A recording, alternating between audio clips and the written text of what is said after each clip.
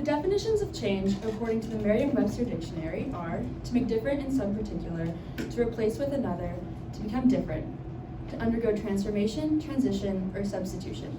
You get the picture. Long story short, I used to hate the idea of change. Yes, hate.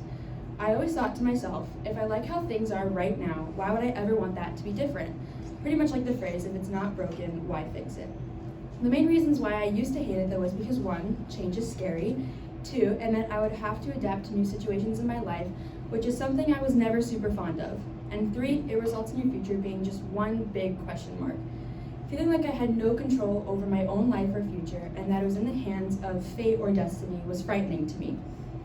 What I've known for a while, but was finally able to come to terms with and accept, is that change is simply inevitable. You may not look for it, and you may not want it, but it will come.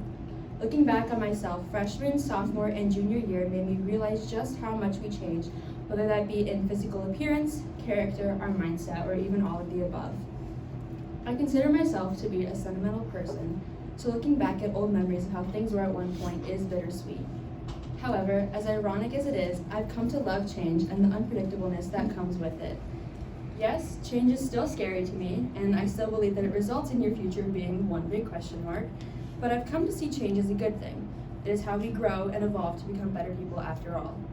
99% of the time, it can be seen as a blessing in disguise. I mean, if my life had stayed the same as it was, I wouldn't have gotten an amazing stepmom and 2 amazing half-brothers, along with my stepmom's family being added to my already crazy family. And that's just one example of many great things that have happened to my life as a result of change. What I want everyone to understand in this room is that all of you, including me, are going to face continuous changes and rifts in life, good and bad. And while it's okay to be intimidated and scared of the unknown, know that whatever happens is for a reason and that ultimately you will be okay. There is no other better lesson that I can give you. To all of the EA teachers I have now and have had in the past, thank you for helping me strive to become the best student and person that I can be. I still have a ways to go, but I'm glad all of you were a part of the journey. I would like to say a special thank you to Mr. Rafferty. Thank you very much for helping me get into college. I don't think any number of thank yous can even begin to highlight my gratitude I have for your guidance throughout that process. Like Fiona said, you definitely should have charged me rent considering the amount of time I was in there. But again, like Fiona said, you would have made good money. To my friends, you guys are my home. People often say home is where the heart is, and I don't think that could be any truer. Some of you have been there from the beginning, some of you since the middle, and some of you a little before the end, but regardless of where you fit in, you need to stop crying. I love you all with everything that I have.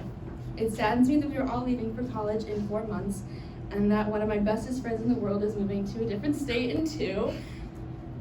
But knowing that you are all one phone call or text away, and knowing that we are always with each other, no matter where we are in this world, makes that pain a little more bearable. You will all go on to do amazing things, and I wish you all the best of luck, even though you probably don't need it. To my half-brothers, Arjun and Rohan, you two are the craziest and loudest kids I have ever met, ever. Yet you two brought out a side of me that I never knew existed.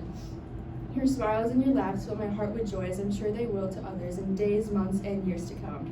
And while I will be gone for the most part these next few years, I will always be by your side in spirit and continue to love you both every second of every single day. Lastly, to my parents, you guys are my rock. You guys have been there for me through thick and thin, and my highs and my lows. And you have done so much to give me the amazing life that I have now, and I'm so grateful for that. I genuinely do not know how you dealt with me for this long, because if I were either of you, I wouldn't have. And I hate to admit it, but I don't know how I will survive in college without either of you. I like to think that I will be okay, but in reality, I'm not sure. It scares me, but regardless of whether you believe it or not, I will miss you guys so much. To my mom, you are my best friend. To my dad, you are my greatest teacher. And to my stepmom, who could not be here today, but I know that she wished that she was, you are an inspiration. Now, it is my pleasure to announce one of my bestest friends in the world and the sister that I never had, along with my personal chauffeur all the time, especially during sophomore year when I did not have a car. To the podium, Kendall Malone.